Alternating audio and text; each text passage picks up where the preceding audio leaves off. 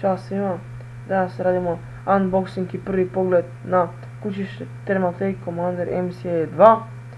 Pa da pogledamo, znači sa desne strane nemamo ništa, na zadnjom stranom imamo neke objašnjenja.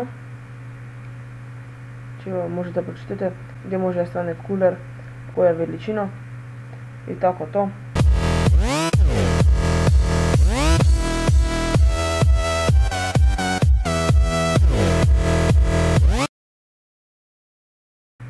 Od desne strane imamo neki pusta, tako da što nas ne zanima, pa ajmo da ga otvorimo.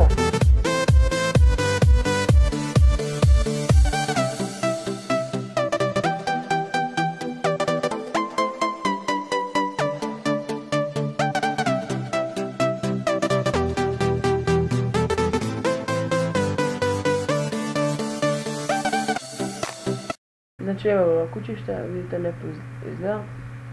Znači na jednoj strani imamo reset tasker, USB 3.0 3,5 mm za mikrofon, 3,5 mm za slušalice i 2.0 za USB priključkom.